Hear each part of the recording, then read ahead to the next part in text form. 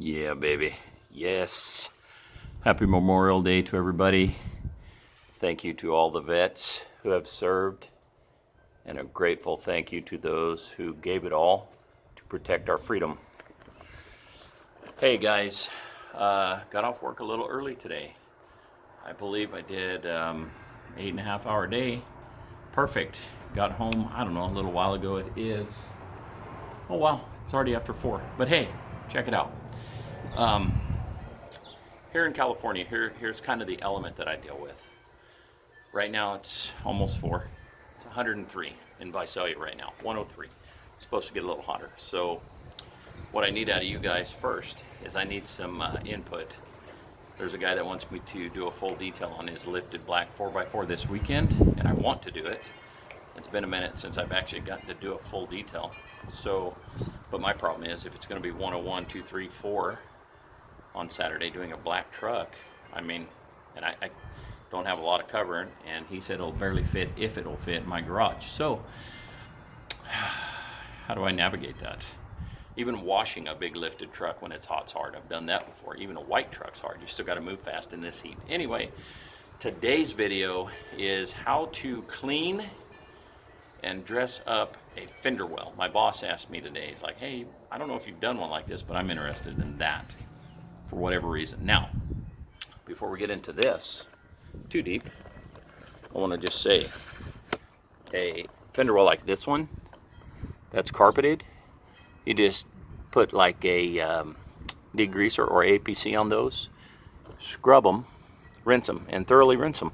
And then on these, I don't know what people use. To me, it would make sense when they're dry and clean to put some Scotch Guard on them or a fabric protectant. Maybe it helps cleaning them easier moving forward. But I drive an older pickup. So I'm going to show you what I do. And this is probably one of my strongest things in detailing. I think this is my strongest suited thing of detailing. I like to do the undercarriage. I like to do the fender wells, the pumpkin, the axles, the springs, the frame, cross member, A-arms. I like doing that. Most people hit and miss on that.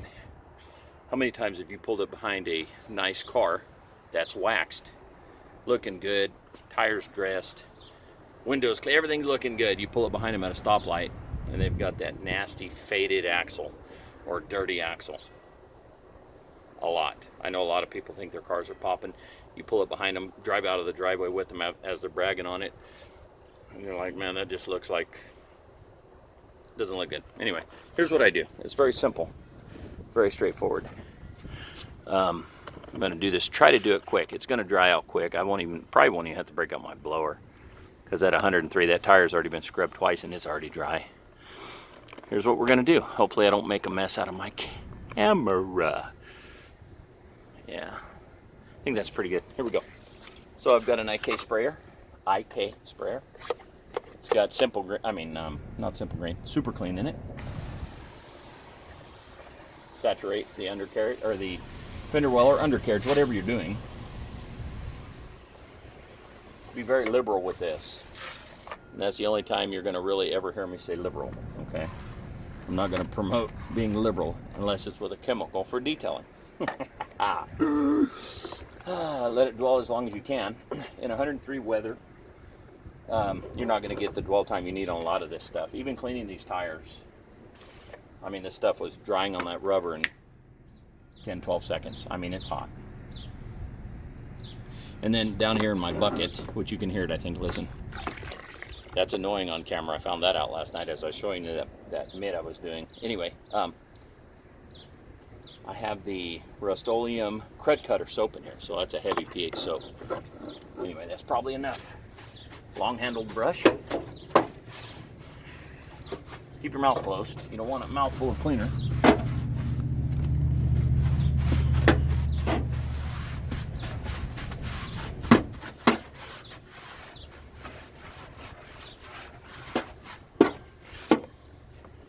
That's about all the science there is to this. Do it until you're satisfied. When it dries, you dress it. That should be good. Let's see.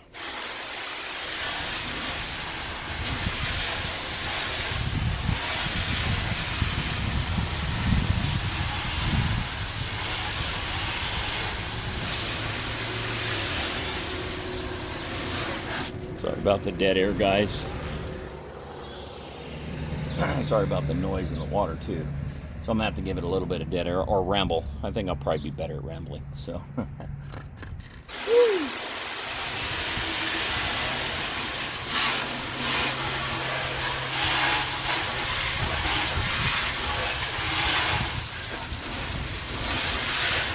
All right, that's about all I'm going to do on that keep wanting to call it undercarriage. Technically it is, but it's a fender well. We'll go ahead and clean these tires one more time. Keep your mouth closed. You just got a face full of super clean. That was fun. These have already been scrubbed twice, so they don't need it again, but I'm going to dress them, probably make another video or a reel. So I want to clean them one more time. In the meantime, serving a dual purpose here, I'm cleaning this, letting the fender well dry.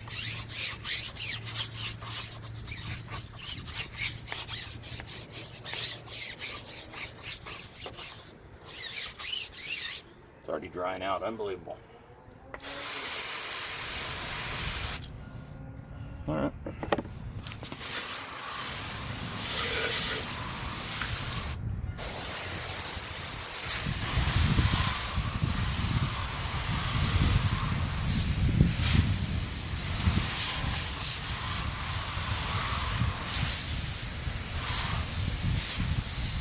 Okay, I think you guys get the drift. So I'm gonna let this sit a minute. It's already drying up under there. Maybe I'll pause you and then bring you back. So the next step is easy, okay? The first step when you want to dress undercarriage, frame, fender wells is to get them clean. So that's the first thing. You may want to scrub them 3, 4, 5 times. Use a heavy degreaser and a pressure washer. However you want to clean them, just get it pretty clean. And then if you miss some spots, I mean, nothing under there is going to be perfect unless you're going to a show and you're going to spend 3 hours under each fender well by hand with this thing up on a lift. Well, then by all means do that. Give me a minute here. Let it continue to dry on.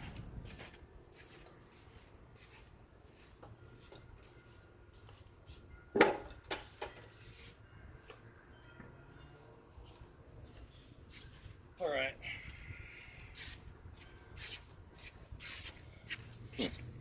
May have to pause you guys. Dead air is boring. Yeah, I'm gonna give it about 5 minutes. I'll bring you guys back. Let me pause you.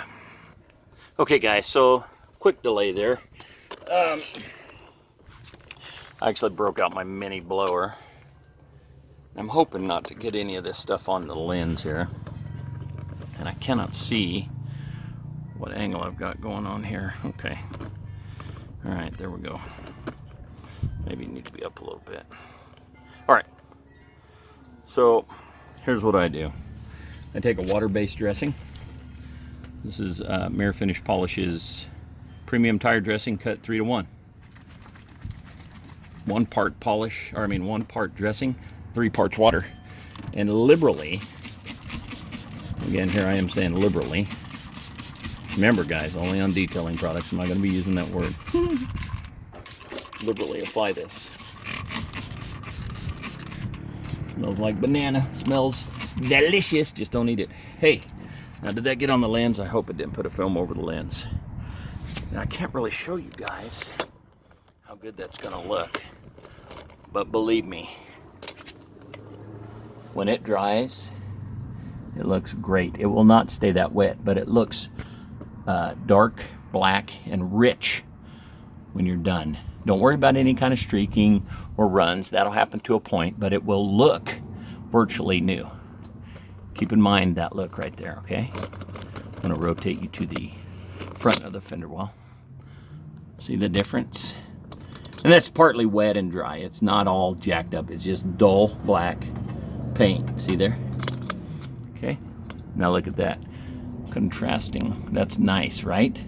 It's hard to tell, I'm sure, but from out here, can you see it? I hope you can.